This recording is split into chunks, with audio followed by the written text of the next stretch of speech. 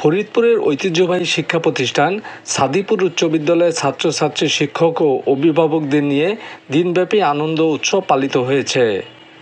বৃহস্পতিবার সাদীপুর স্কুলে এ উৎসবে প্রধান অতিথি হিসেবে উপস্থিত ছিলেন জাতীয়তাবাদী মহিলা দলের কেন্দ্রীয় কমিটির যুগ্ম সাধারণ সম্পাদক চৌধুরী নায়েব ইউসুফ।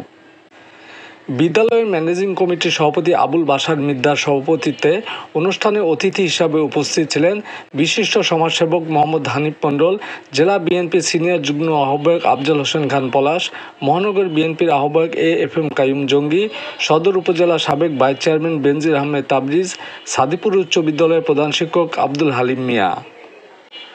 আনন্দ উৎসবে প্রধান অতিথির বক্তৃতায় চৌধুরী নায়েব ইউসুফ বলেন, দেশ ও জাতি গঠনের শিক্ষার কোনো বিকল্প নেই, তাই শিক্ষার্থীদের ঠিকমতো পড়ালেখা চালিয়ে যেতে হবে।